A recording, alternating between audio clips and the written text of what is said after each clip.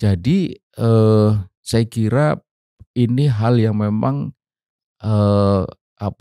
harus dipahamkan itu kepada umat Islam sendiri, untuk dia tidak terlalu takut untuk dibilang intoleran karenanya kemudian selalu ingin menampakkan sebagai orang yang toleran gitu, sampai kebablasan tadi itu. Dan yang juga perlu dijelaskan kepada, saudara-saudara kita non muslim gitu, bahwa Islam itu sesungguhnya adalah agama yang sangat mengerti bagaimana memperlakukan, mereka-mereka yang non-muslim gitu.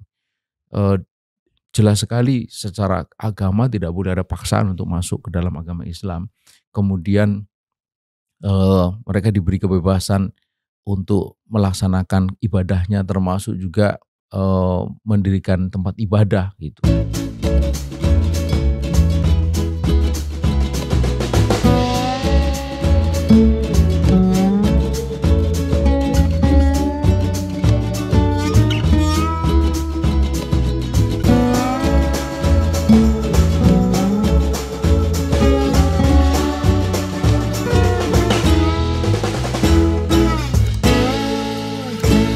Bismillahirrahmanirrahim. Assalamualaikum warahmatullahi wabarakatuh. Pemirsa yang dirahmati Allah Subhanahu wa taala, kembali kita bertemu dalam program Fokus to the Point.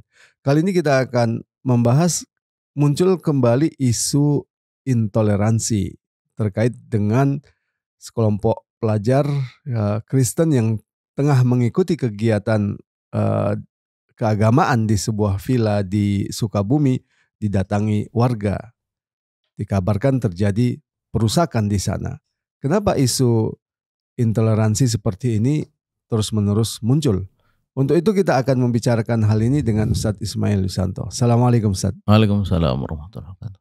Sekelompok pelajar Kristen yang tengah mengikuti kegiatan di keagamaan ya di sebuah villa di Sukabumi didatangi warga. Dikabarkan terjadi perusakan di sana. Di media yang muncul itu adalah isu intoleransi. Kenapa terkait dengan peristiwa seperti ini yang kerap kali muncul itu adalah isu intoleransi, dan kalau bicara intoleransi kerap kali itu dituduhkan kepada Islam. Ya, baik. Bismillahirrahmanirrahim. Assalamualaikum warahmatullahi wabarakatuh. Waalaikumsalam. Alhamdulillah, salatu wassalamu ala Rasulillah wa ala alihi wa sahbihi wa man tabi'ahum ila yaumil qiyamah. Ya, yang pertama memang ini tak bisa dilepaskan dari, eee, agenda setting ya, disadari atau tidak, itu memang ada semacam, framing yang sengaja dimunculkan, eee, terhadap, umat Islam di Indonesia dan aktivitas keagamaan di Indonesia. Eee, mengapa eee, mengapa? Karena memang mereka punya, tujuan, tertentu. Tujuan tertentu itu tak bisa dilepaskan dari, ya, tujuan agama. Mengapa saya menyebut itu menyebut itu dalam bagian yang pertama, karena sesungguhnya kalau kita bicara tentang, peristiwa-peristiwa seperti tadi, ditambah lagi sering kita dengar istilah, penghalangan pendirian agama, Gereja. rumah ibadah, Hmm. kemudian gereja, penutupan gereja dan sebagainya itu, pemberitaan itu tidak pernah mengungkap mengapa itu terjadi, gitu. Eee, Mereka langsung fokus pada atau, tertuju pada penghalangan dan penutupan. Dan karenanya dengan mudah, framing, itu terjadi bahwa umat Islam itu intoleran gitu. Padahal senyatanya, eee, umat Islam itu sesungguhnya di negeri sangat toleran. Bahkan toleransi umat Islam itu dalam beberapa hal itu sudah kebablasan gitu. Mengapa saya katakan sesungguhnya sangat toleran? Karena boleh dilihat itu data-data yang ada bahwa pertumbuhan gereja di negeri ini itu jauh lebih banyak daripada pertumbuhan masjid. Eee, Ketua Umum DMI Pusat, Pak Yusuf Kalla itu beberapa waktu yang lalu menyebut bahwa pertumbuhan gereja dalam 20 tahun terakhir itu 120%. sementara masjid itu hanya 62%.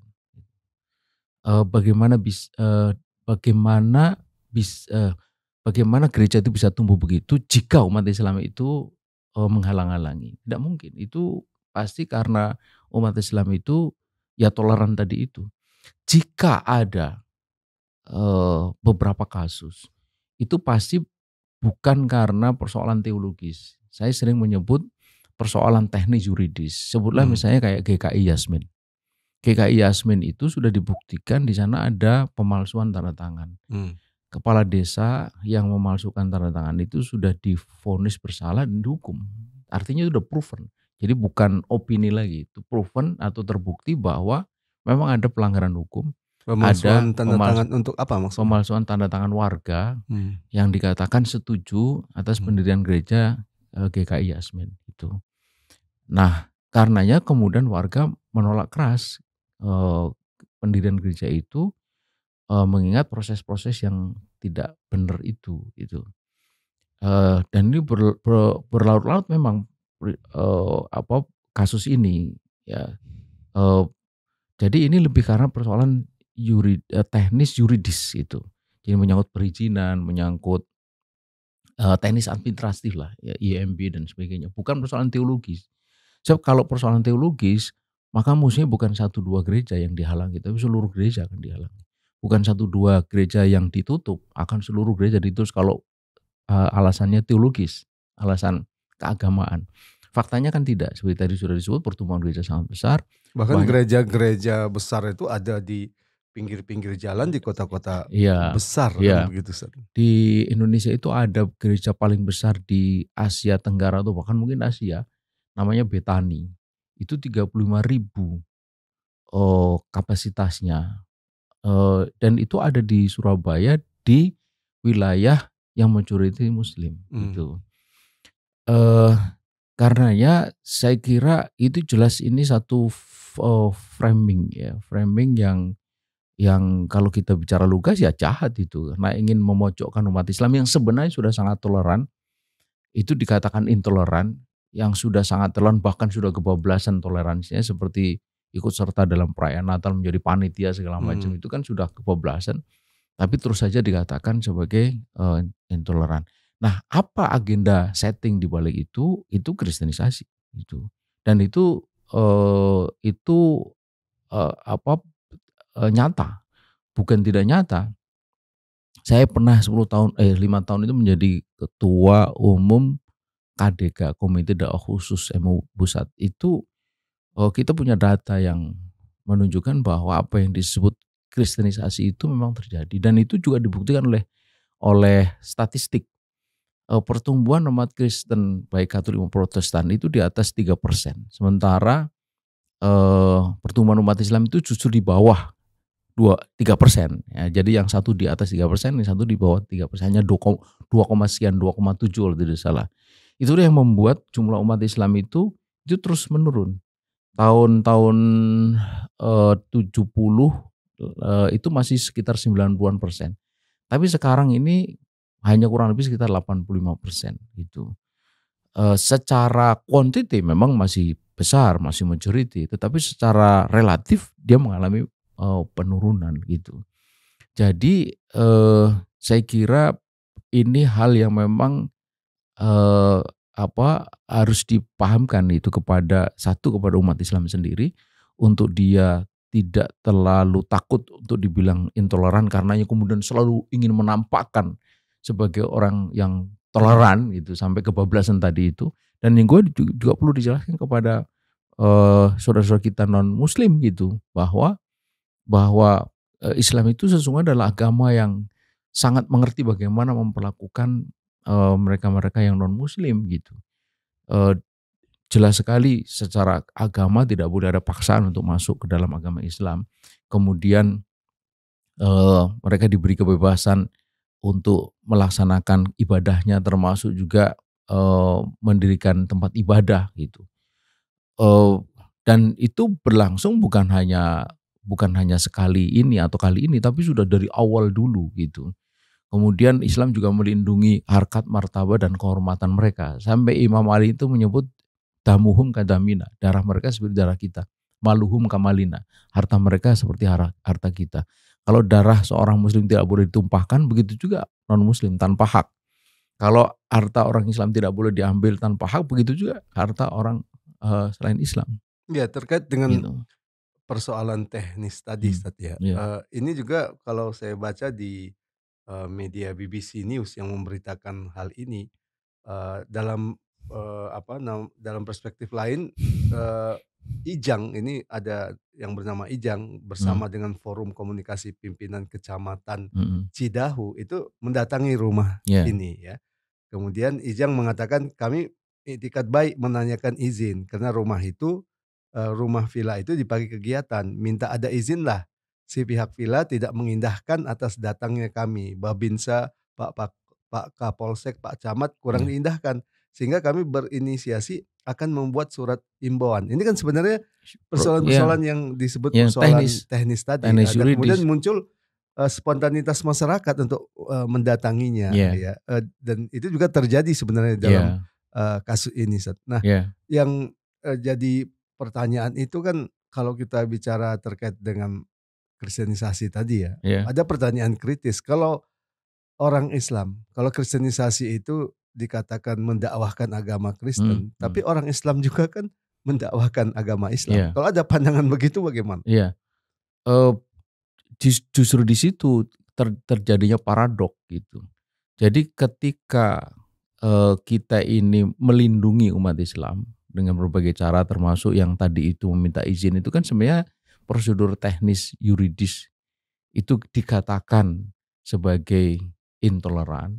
Sementara kalau mereka itu mendakwahkan agamanya mereka oh, kepada orang yang sudah beragama, dalam hal ini sudah beragama Islam, itu dianggap sebagai hak atau kebebasan gitu. Kita tidak boleh menghalanginya, sebab kalau menghalangi itu dianggap sebagai intoleran gitu. Mereka yang mendakwahkan kepada muslim itu tidak pernah disebut intoleran gitu. Jadi paradoksnya di situ. Jadi mestinya kalau kita ini mau mengatakan, kita mesti menggunakan ukuran yang sama. Dalam kenyataannya kan tidak gitu. Seperti soal pendirian tempat ibadah itu. Sebenarnya juga ada banyak kasus di berbagai tempat itu masjid itu tidak bisa berdiri gitu. Tapi itu kan tidak pernah dikatakan sebagai intoleransi. Selalu dikatakan sebagai prosedur dan sebagainya gitu. Nah, jadi penting untuk di sini diletakkan, jika itu memang ada satu kesalahan, ya kita harus katakan itu salah secara teknis yuridis. Kalau itu memang ada intoleransi dalam arti bahwa ini eh, ada orang yang menghalang-halangi orang untuk beribadah, ya kita akan mengatakan itu intoleran kan gitu. Jadi ini soal ukuran. Nah, soal ukuran ini yang kita melihat acap tidak jelas itu.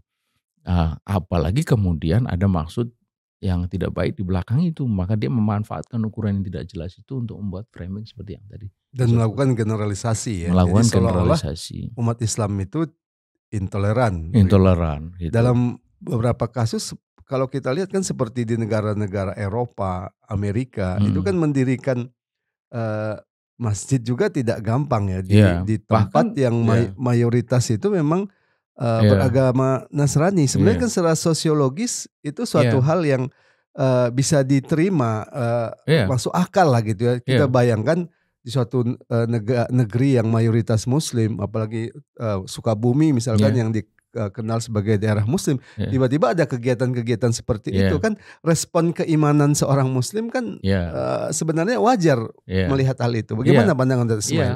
sama. Andai tadi izin ditunjukkan, selesai kan? Kemudian ketika tidak ada izin, katakan tidak ada izin, selesai juga kan, bukan hanya mereka, pengajian juga karena ditanyakan juga izinnya di mana kan gitu. Hmm. Dan sebenarnya keadaan serupa juga terjadi di negara barat kan. Misalnya di Swiss itu sampai ini hari ada larangan untuk membangun menara masjid gitu. Tapi orang tidak pernah mengatakan di sana itu intoleran. Intoleran. Kemudian di Perancis itu muslimah tidak boleh pakai burdah. Padahal burdah ini nggak mengganggu orang lain sama sekali. Orang muka dia, kain-kain dia gitu. Tapi itu dilarang. Kenapa tidak pernah disebut sebagai intoleran? Kemudian di Belanda itu Umat Islam tidak boleh menyembelih hewan korban langsung, tapi harus di stoning dulu, harus disetrum dulu, dipingsankan. Kenapa juga tidak pernah disebut sebagai intoleran gitu. Nah, hal-hal semacam ini yang kita melihat bahwa ada double standard gitu. Dan itu menunjukkan adanya propaganda negatif terhadap ajaran Islam. Itu ada agenda setting yang memang ada maksud tertentu di belakang sana untuk memojokkan umat Islam. Ya, terima kasih Ustaz Ismail. Pemirsa, demikian tadi diskusi kita tentang isu intoleransi. Kita tegaskan Islam tidak memaksa orang untuk memeluk agama Islam. Demikian juga Islam tidak sembarangan membolehkan kekerasan, ya. Tapi sebagai sebuah negeri yang mayoritas Muslim, seharusnya dihargai ada umat Islam di sana yang berakidah Islam, yang ingin menjaga keimanannya. Terima kasih. Assalamualaikum warahmatullahi wabarakatuh.